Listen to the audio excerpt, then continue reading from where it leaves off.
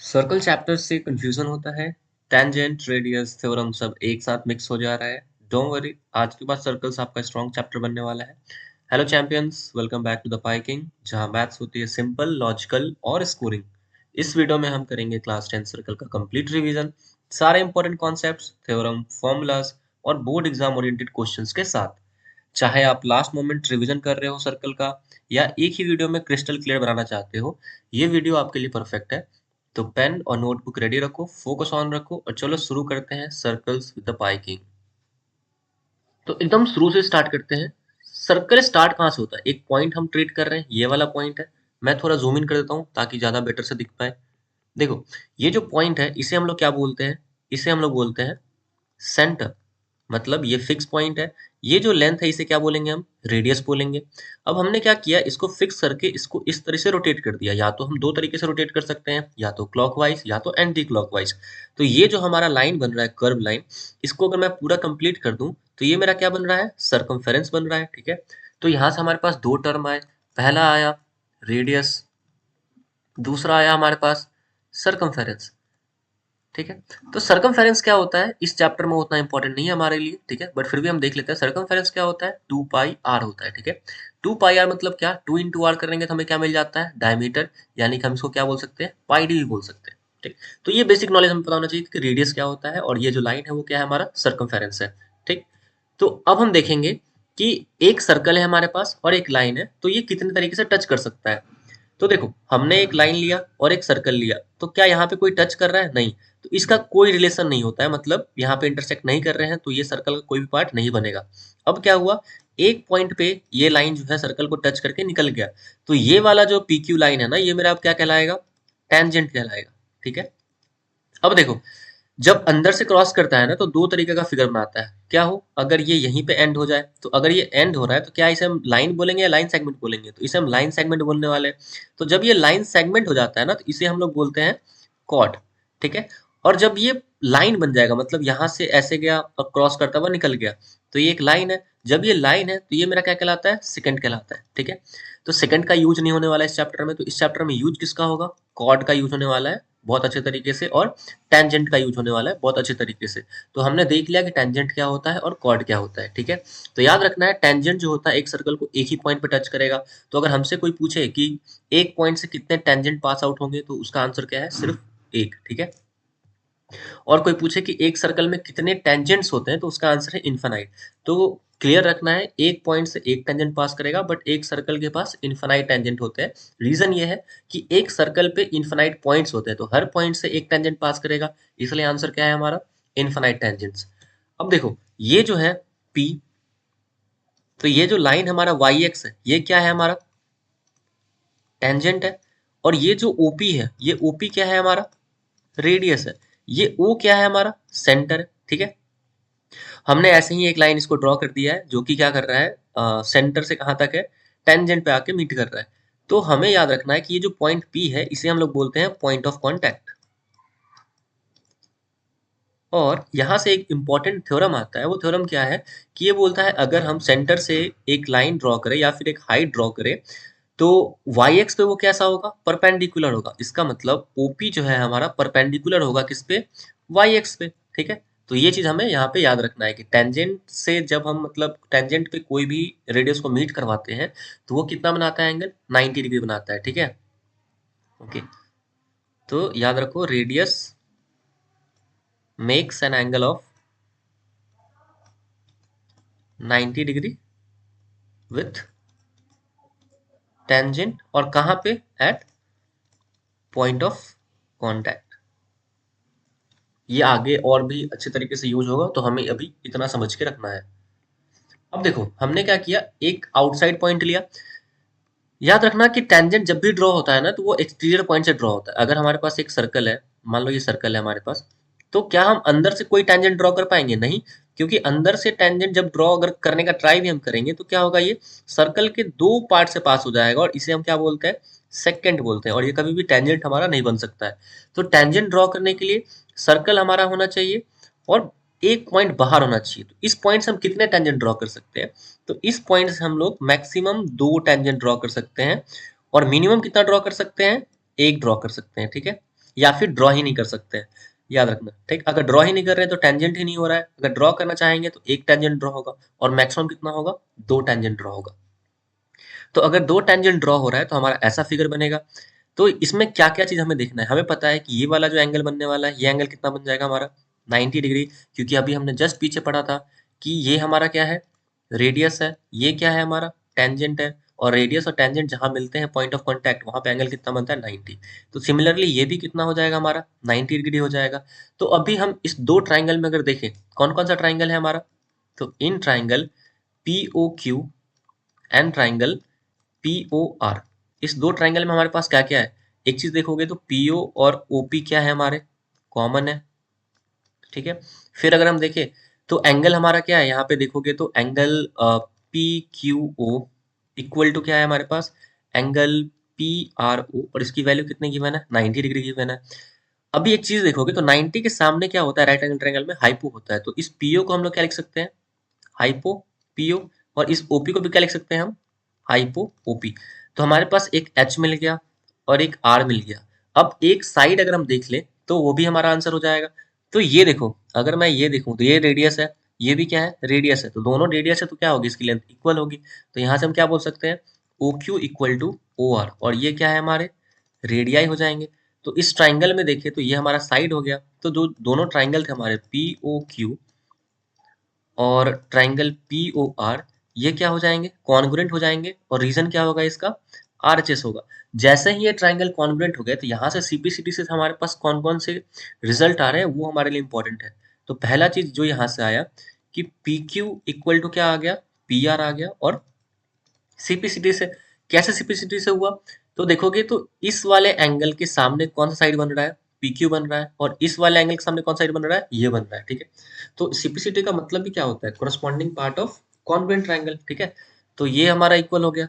अब यहाँ से एक और चीज अगर हम देखें तो ये वाला जो एंगल है, एंगल्स भी हमारे इक्वल होते चले जाएंगे। मतलब यहाँ से अगर हम देखें तो ये वाला एंगल इसके इक्वल होगा, ये वाला एंगल इसके इक्वल होगा, और ये वाला एंगल इसके इक्वल होगा। इसका मतलब हमने देखा कि एंगल्स जो है वो पेयर में इक्वल हो रहे हैं। तो angle R P O equal to angle कौन सा है हमारा, क्यू पी ओ। फिर हमने देखा angle P O R equal है हमारा किसके, एंगल पी ओ क्यू के। और angle P Q O equal है एंगल पी आर ओ के, और इसकी वैल्यू कितनी है, 90 ही रहेगा हमेशा। तो ये तीन क्राइटेरिया पे एमसीक्यू से क्वेश्चन बनेंगे, ऑब्जेक्टिव क्वेश्चन फॉर्म होंगे। ठीक है, तो इसको याद रखना है। तो अभी हमने जो लास्ट कॉन्सेप्ट डिस्कस किया है उस पे ही ये क्वेश्चन बेस्ड है। लास्ट कॉन्सेप्ट हमने क्या डिस्कस किया था कि एक सर्कल है हमारे पास, ठीक है, बाहर से हम अगर टेंजेंट ड्रॉ कर रहे हैं इस पे, तो ये दो टेंजेंट ड्रॉ हुआ था। तो इन दोनों की लेंथ कैसी होती है, इक्वल होती है। ठीक, तो यही चीज हम देखने वाले हैं। तो देखो ये पॉइंट सी है, आउटसाइड पॉइंट, फिर पॉइंट बी है, फिर पॉइंट ए है, और फिर पॉइंट क्या है मेरा, डी है। अब हमें चाहिए ए बी, ठीक, और सी डी, जोड़ने पे A D plus B C आना चाहिए। तो यहाँ से अगर हम लेंथ देखें तो हम क्या लिख सकते हैं, सी आर इक्वल टू मेरे पास क्या आ जाएगा, सी क्यू इक्वेशन 1। फिर मेरे पास क्या आने वाला है, B Q equal to B P equation 2। फिर मेरे पास क्या आ जाएगा, A P equal to A S equation 3। और फिर मेरे पास आ जाएगा S D equal to D R equation 4। अब देखो हम, अगर ए बी के इक्वल है तो बी भी ए के इक्वल होता है। तो ए बी के लिए हमें किसका पेयर चाहिए, ए बी अगर लाना है मुझे तो ए पी प्लस का पी बी एक तरफ होना चाहिए। तो ए पी इधर है और पी बी इधर है, तो इसको हम उल्टा करके लिख देंगे। तो उल्टा करके लिखोगे तो ये क्या हो जाएगा मेरा, बीपी इक्वल टू का बी क्यू। फिर सी डी के लिए हमें क्या चाहिए, सी डी के लिए हमें सी आर और डी आर एक तरफ चाहिए। तो सी आर यहाँ पे है, डी आर उल्टा है, तो इसको भी उल्टा करके लिख देंगे। तो डी आर इक्वल टू क्या आ गया हमारे पास, एस डी। अब ये चारों इक्वेशन को हम ऐड करने वाले हैं। तो एडिंग इक्वेशन 1 2 3 एंड 4। तो देखो C R L H S से ऐड होगा, तो सी आर प्लस का बीपी प्लस का ए पी प्लस का डी आर, ये इक्वल किसके हो जाएगा, आरएचएस का सम। यानी आरएचएस में क्या है मेरे पास, सी क्यू प्लस का बी क्यू प्लस का ए एस और प्लस का एस डी। अब देखो ये सी आर और ये डी आर मिलके क्या हो गया हमारे पास, सी डी हो गए।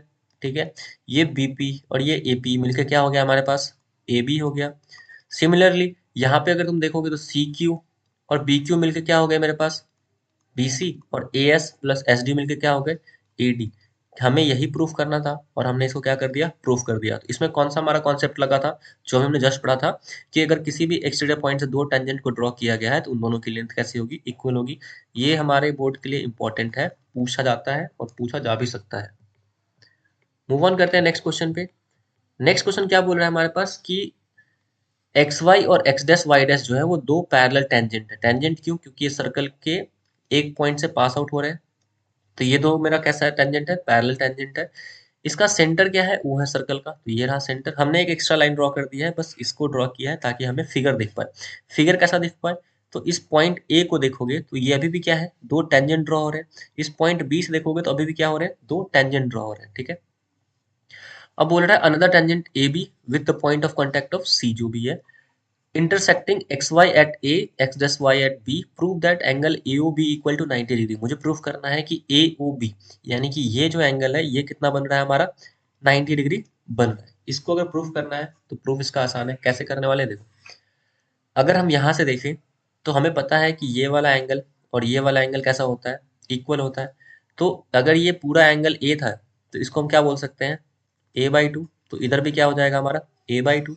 सिमिलरली ये भी अगर ये देखोगे तो ये दोनों एंगल कैसा होता है मेरा, इक्वल होता है। हमने तभी जस्ट देखा था कि अगर ये सर्कल है और ये दो टेंजेंट उस पर ड्रॉ हो रहे हैं, ये सेंटर है, तो हमने क्या क्या देखा था, कौन कौन से एंगल इक्वल होते हैं हमारे, ये वाला एंगल इसके इक्वल होता है, ये वाला एंगल इसके इक्वल होता है और ये वाला एंगल इसके इक्वल होता है। इसी प्रॉपर्टी का हम यूज कर रहे हैं यहाँ पे।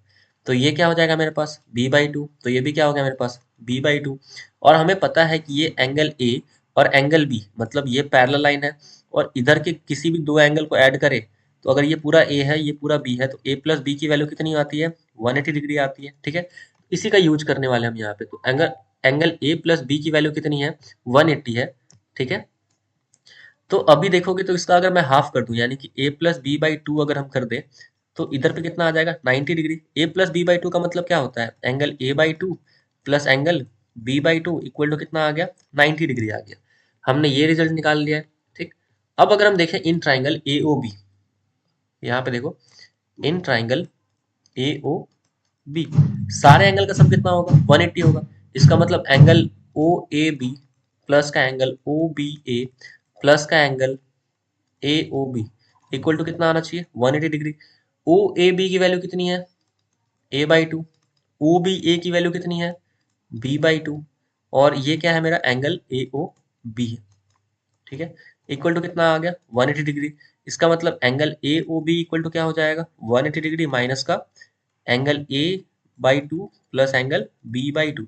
अभी यहाँ पे इसकी वैल्यू कितनी आई थी, 90। पुट कर दो तो 180 degree minus 90 degree equal to कितना आ गया, 90 डिग्री आ गया। तो हमने प्रूफ कर दिया कि हमारा एंगल AOB क्या है, 90 है। तो सारे क्वेश्चन जो है वो बेसिक बेसिक प्रॉपर्टीज पे है। तो ये क्वेश्चन बहुत बार पूछा जा चुका है एग्जाम में, इस बार भी पूछे जाने का चांसेस है। बेसिक वालों के लिए ज्यादा इंपॉर्टेंट है, स्टैंडर्ड वाले इसके सिमिलर क्वेश्चन या यही क्वेश्चन एक्सपेक्ट कर सकते हैं।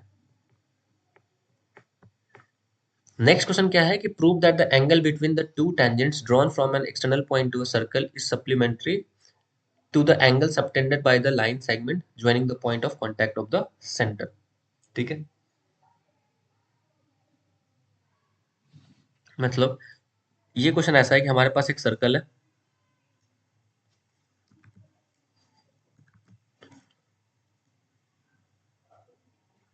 ये सर्कल है, मान लेते हैं इस पॉइंट से दो टेंजेंट ड्रॉ किया गया है, ये रहा और ये रहा, ठीक है। ये सेंटर है, तो ये दोनों क्या हो गए, इसके रेडियस हो गए। हमें प्रूफ करना है कि ये एंगल और इस एंगल का सम कितना होता है, 180 होता है। तो बहुत ही आसान क्वेश्चन है। हमें पता है अगर इसका नाम दे दे, ये O, ये A, ये B और ये C मान लेते हैं, ठीक है। तो OACB कैसा है, एक क्वाड्रिलेटरल है, ठीक है। एक क्वाड्रिलेटरल के सारे एंगल का सम कितना होता है, यानी कि angle O plus angle A plus angle C plus angle B की वैल्यू कितनी आएगी, 360 डिग्री आएगी, ठीक। हमें क्लियरली पता है कि ये टेंजेंट है और ये रेडियस है, तो यहाँ पे एंगल कितना बन रहा होगा, 90। यहाँ पे एंगल कितना बन रहा होगा, 90। तो हमें पता है एंगल बी और एंगल ए की वैल्यू कितनी है, 90 डिग्री है। इसको यहाँ पे पुट कर दो तो मेरे पास क्या आ जाएगा, angle O plus 90 degree plus angle C plus 90 degree equal to कितना आ गया, 360 डिग्री। यानी कि angle O plus angle C equal to कितना आ गया 360 डिग्री माइनस का 180 डिग्री, मीन्स कितना आ गया 180 डिग्री। और हमें पता है दो एंगल का सम अगर 180 है तो वो एंगल कैसे होते हैं, सप्लीमेंट्री होते हैं। ठीक है, तो यहाँ से हम लोग बोल सकते हैं angle C and angle O are supplementary. ठीक है,